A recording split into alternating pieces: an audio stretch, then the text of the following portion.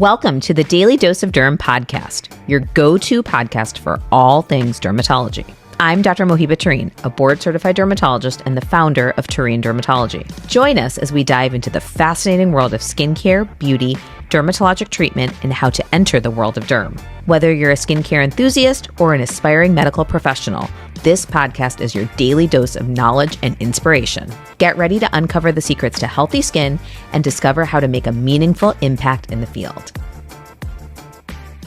Hello, ladies and gentlemen. My name is Shiab Adam, and welcome to the Daily Dose of Derm. I am a medical assistant here at Tareen Dermatology, and I am sitting next to our clinical operations manager, the one and only Nicole Johnson. Thank you so much for being here. Yeah, I'm excited to be here. How you feeling? Feeling good? Feeling good, Yeah. feeling relaxed.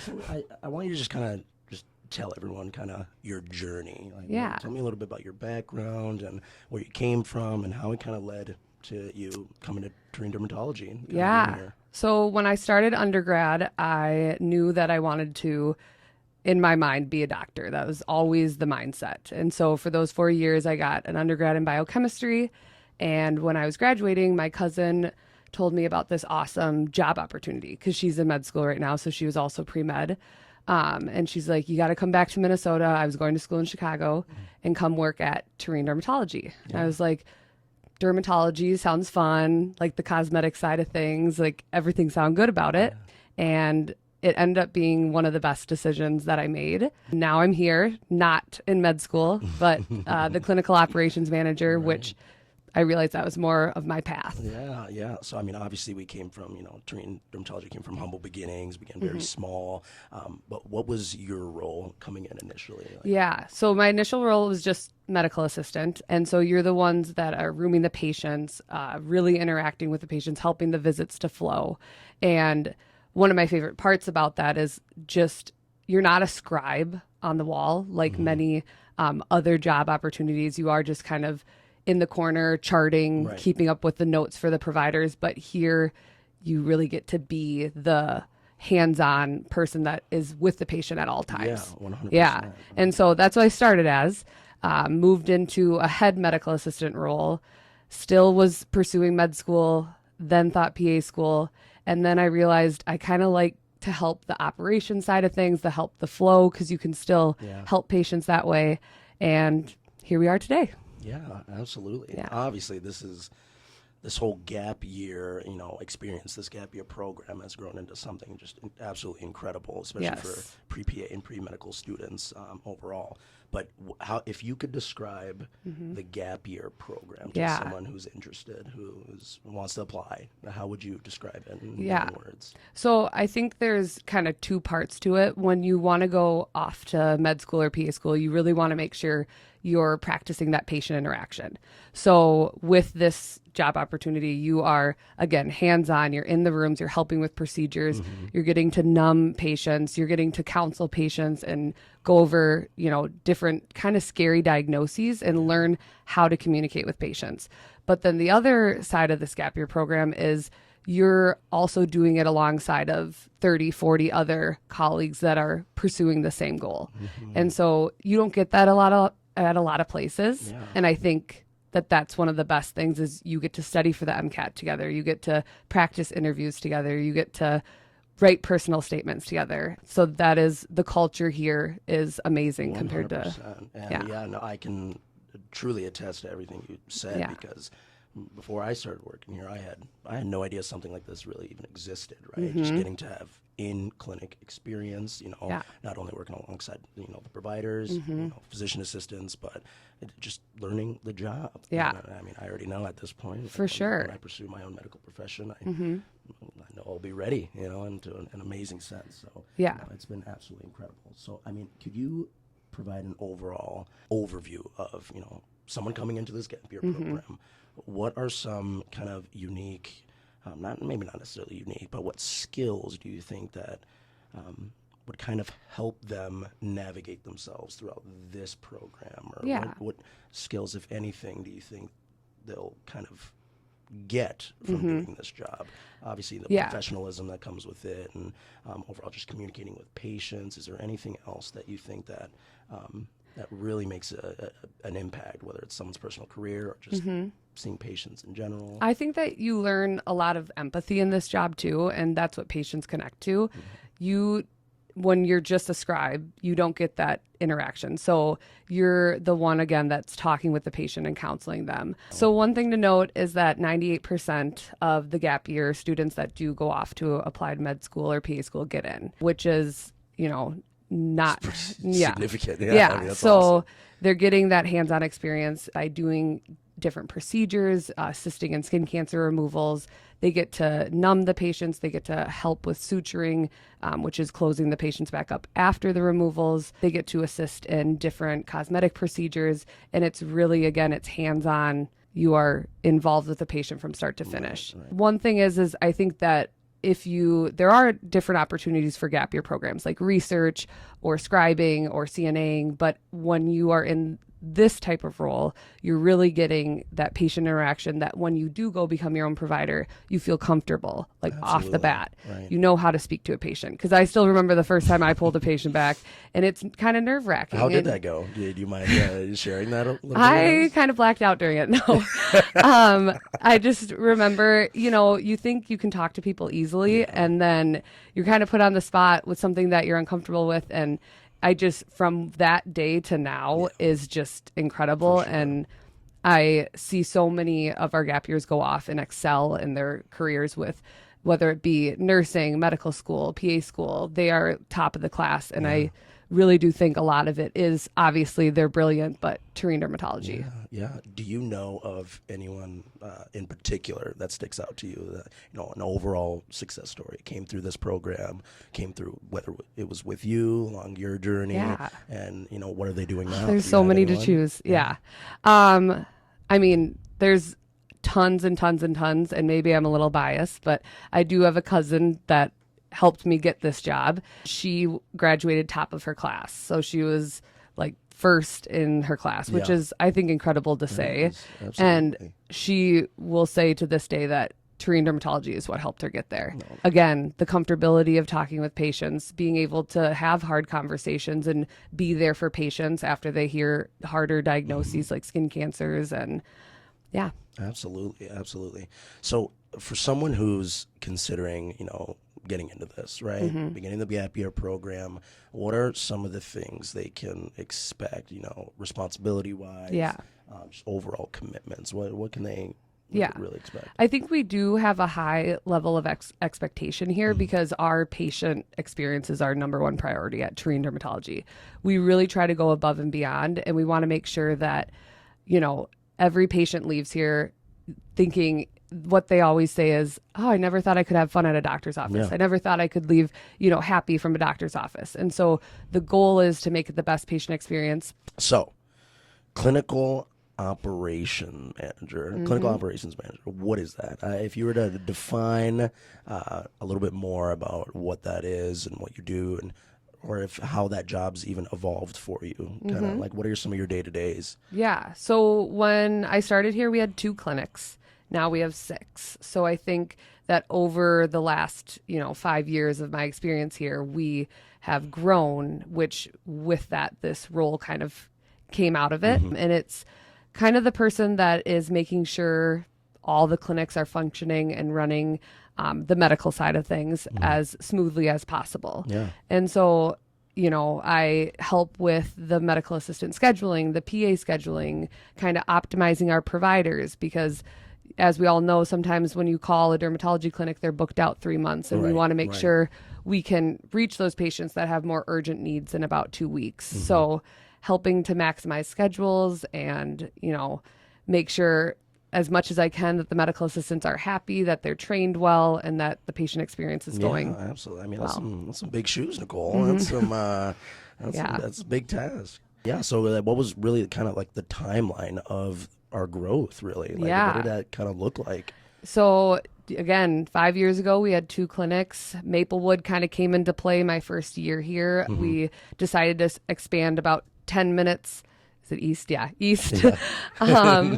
And, that clinic is awesome. It was up and running. Then we decided to go a little bit north to Monticello, which, again, great decision, great patients out there. And then we decided to go a little bit farther east to Hudson and venture into Wisconsin territory. And I got to really experience for the Hudson clinic from the ground up, building out a clinic. So deciding which, I've never built a house before. So when they were like, where do you want the outlets? I'm like, doesn't somebody just do that? Don't they just go with the wall?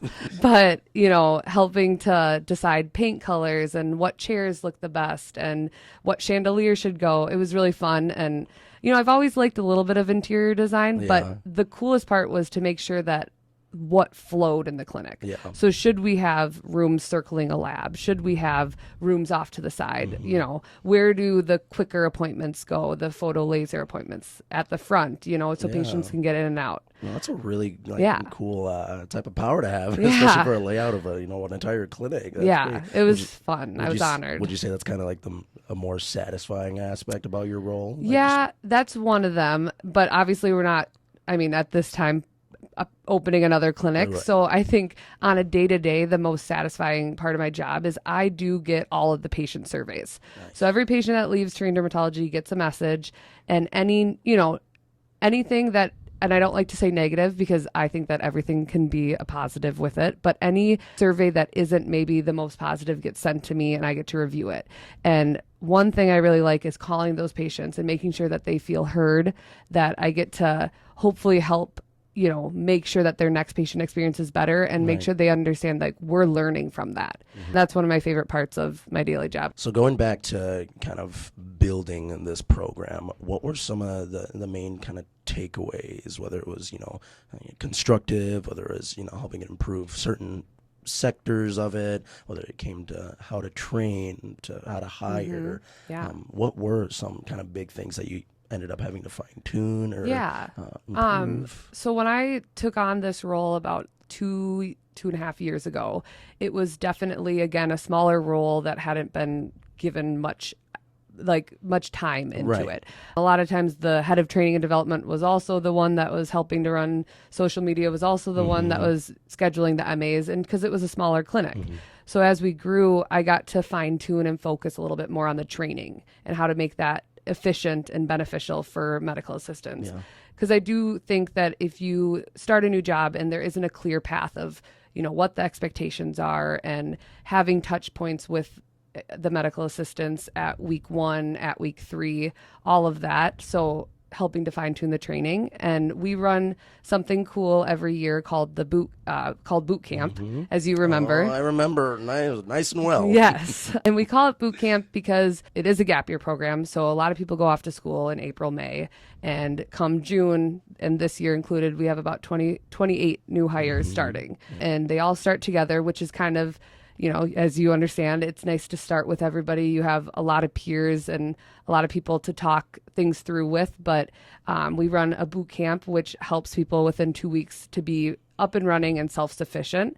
Obviously, it takes more time to really train and learn how to interact with patients, but I got to help fine-tune that and make it just a little bit more efficient. Yeah, and I guess how long do you think it really took to kind of have everything finalized, or did it take a while to kind of get the hang of things and really find a formula that worked best for staff? Yes, 100%. I think the first year we walked out of it and kind of were a little shocked at how much more time we probably should have put into the planning of it. And I don't think the medical assistants necessarily noticed it, but it definitely, I walked out of it, with so many ideas of what can we make better? How can we make sure that every MA is seeing as much as they can before they're on their own with patients? And we learned a lot.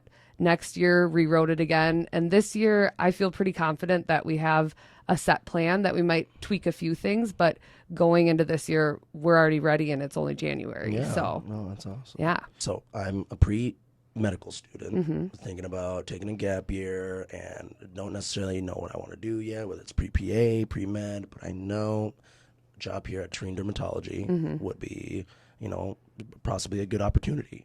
How do I get the job? What are the qualifications that will help me get hired at a job here? So the main qualification that we have is that you do have an undergrad degree. And most people that come, it's biology, biochemistry, chemistry. We do still have some that are psychology because that's a huge part of I mean, the MCAT and med school, all of that, but undergrad. And then I would say the next thing we look for is just interviews can be nervous. So I don't think that always shows what everyone's full potential is, but someone that's personable, that seems like compassionate, empathy is huge, and that they have not even a background necessarily in the medical realm, but a background of, you know, interacting with people. So whether it be sports or being in theater, something that they were interacting and being a team player. Because I really do think we have a team environment here, and every medical assistant wants to see the other one succeed. Absolutely. No, I mean, one thing, just my experience here, it was very, very easy to get in. No, sorry, that's not where I'm going with that. But like everyone here, you know, whether you're a medical assistant, whether you're, you know, front desk, like for the most part, we're all, you know, have the same aspirations. We all kind of have the, you know, the same, you know, charismatic type of attitude. And so I guess from a hiring standpoint, you know, you guys do well. So, I mean, how is it? How are you how do you actually, you know, when you're interviewing interviewing someone, what are kind of the indicators, the hints that, you know, this is going to be a really good medical provider one day, or a good teammate, or a good you know, employee, coworker? I think it's someone that isn't, you know, everyone wants to do well. Their GPA, they want it to be high. MCAT score, they want it to be high. But we really look more than just at numbers, especially GPA. Most people haven't taken the MCAT when they start here, but GPA does not say who you are as a person. If you just studied the whole time and had no other social interactions, it doesn't make you as personable. It doesn't make you the right type of provider. And I think that the main thing is we look for well-rounded people, because those are the people that are going to be able to connect the most with patients. You mentioned suturing earlier, and I know that was one of my most favorite things about this job, you know, getting to learn the basics of, you know, stitching, you know, all of that. So we did it with bananas, right? You forced all of us to eat bananas, and then we had a whole bag of them ready, and everyone just picked a banana peel. Take your banana peel. We're going to sit down and learn this. So that skill, and you know, it's not something that, you know, pre-PA, pre-medical students, you don't get to learn that off the bat. And they learn that when they're, you know, at school, at graduate school, and medical school. So what was the thought process behind, you know, beginning, you know, that suturing, you know, teaching,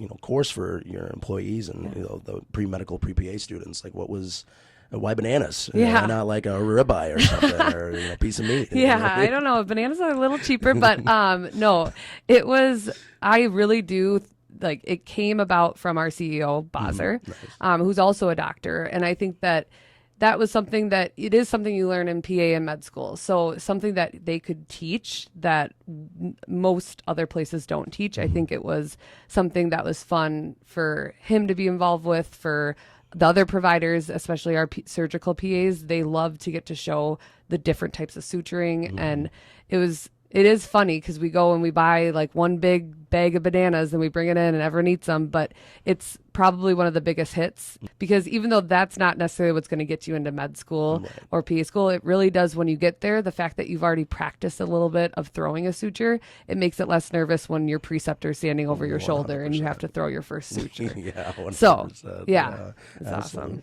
And you get your potassium, man. Incredible. Just an incredible process overall. So, I mean, if you can reminisce on any incredible moment you had during this job, whether it was during your role as a medical assistant, your role now as a clinical operations manager, any funny, memorable, or, I mean, even, you know, maybe sad stories you have that you can remember. Well, I think, like, when I think of all the patients that I've seen and helped and touched in a way over the last 5 years, is I really think of one of my first patients that I had, and, you know, thinking back to 5 years ago, super nervous, was just new, had never had a, you know, medical job before, came straight from undergrad. And it's just nice that even 5 years later, whenever she has an appointment, I get an email, I get called back to see her, and it's just like nothing's changed. And it just makes it feel more than just a medical assistant role. Like, you really become, some of these patients rely on you to be that personal person and go through some of the journeys with them through their medical history. And it's absolutely. No, I couldn't agree more. It's a completely different job than I think any other place can offer. And maybe I'm biased, but we might be a little biased. But I really think it's above all else. I agree with you. Okay, Nicole, I'm about to finish my undergraduate degree, biology, pre-med, whatever it may be, and I know I want to take a gap year. What's my process? How do I get a job here? Where do I apply? Who do I talk to? Yeah. Where do I go? Yes. Who do I talk to? So you go to our website, TareenDermatology.com. Okay. On there's a spot that says contact us, and there's a form to fill out. It will automatically come to me. We'll review it and would reach out. So that's if you, throughout the year, it's always available. That's always a spot you can go to. The other option, and where most of our gap years do apply, is towards their beginning of senior year in September is when our Indeed application opens. Okay. And that's where, we do interview about 50 applicants in December every year. Normally we're hiring around 25 to 30. Okay. And so you can apply in September, and then we'd interview in December, and then you would start that following spring. Yeah. And that's more of the standard. But again, if you're a little bit late and you're seeing this podcast for the first time and want to just at least put your name out there, you can always go to our website. Yeah, no, absolutely. I think that's really going to be helpful for especially clueless, post undergrads that don't know, what they're going to do, before they move on to other secondary school. But I know if really my cousin ever told me, I feel like would have I gotten a job? I wasn't even thinking about it. No, I was just grateful that I had a friend who was working here at the time that told me about it, so I just did it. But it's all about the connections. But well, thank you so much, Nicole. Thank you for talking to me. Thank you for talking to them, the people out there that are interested in this job. I appreciate it. So it's been fun. See you tomorrow. Yeah, don't be late.